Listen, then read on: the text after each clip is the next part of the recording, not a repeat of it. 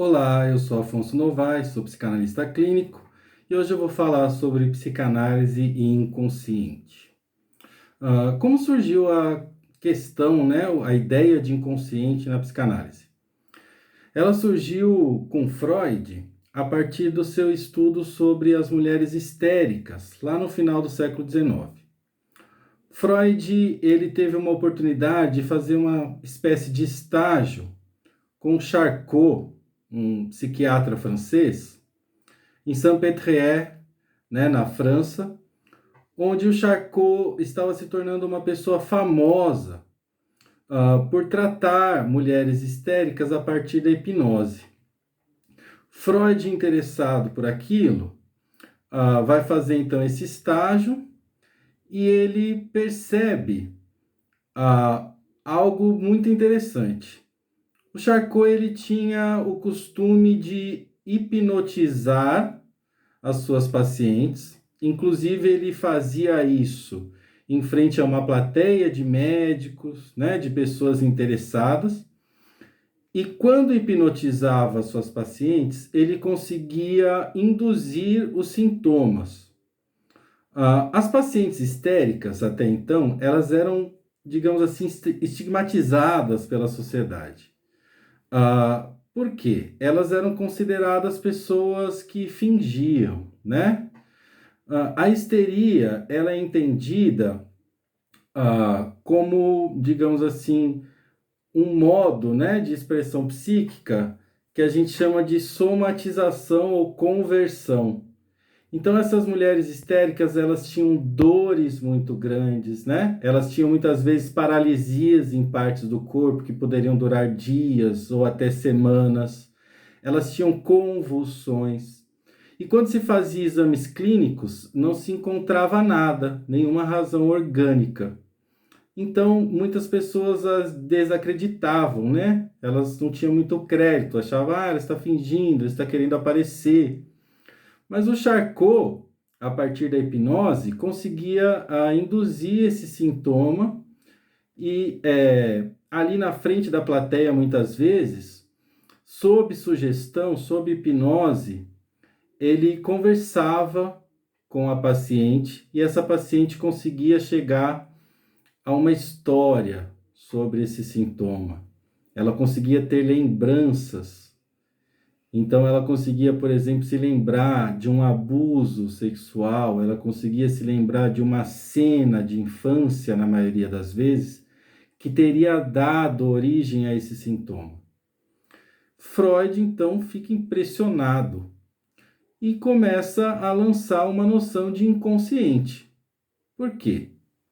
Ele pensa o seguinte: se essas mulheres não conseguem acessar pela memória, a não ser quando estão hipnotizadas, né?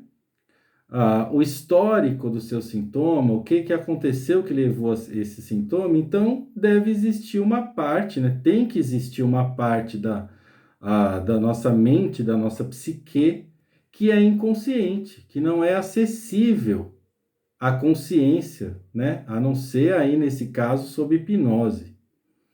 Então, Freud passa a adotar a hipnose na sua clínica. Ele utiliza mais ou menos 5, 6 anos a hipnose, até mais ou menos o final do século XIX, mas ele abandona a hipnose. Por que o Freud abandona a hipnose? Várias razões. Uma delas é que ele mesmo assume que não era um bom hipnotizador. Tinha muita dificuldade de hipnotizar. Uma outra é que ele percebe que muitas pessoas não são hipnotizáveis.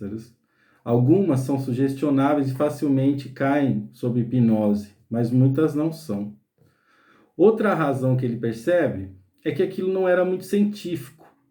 E aquilo acabava trazendo um descrédito para o trabalho dele diante da comunidade científica, que foi algo que, né, Freud buscava, um crédito diante da comunidade científica.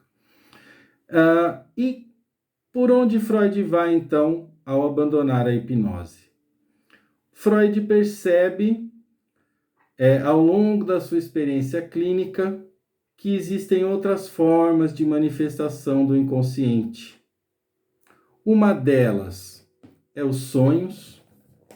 Então ele escreve assim um livro de fundação da psicanálise, né? Onde ele sistematiza a psicanálise. É esse, A Interpretação dos Sonhos, em 1900.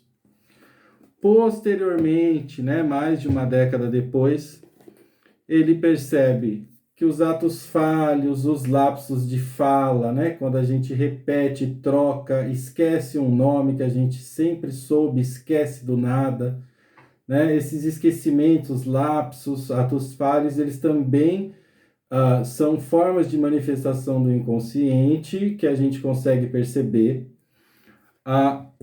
mas principalmente pelo que ele vai chamar de associação livre.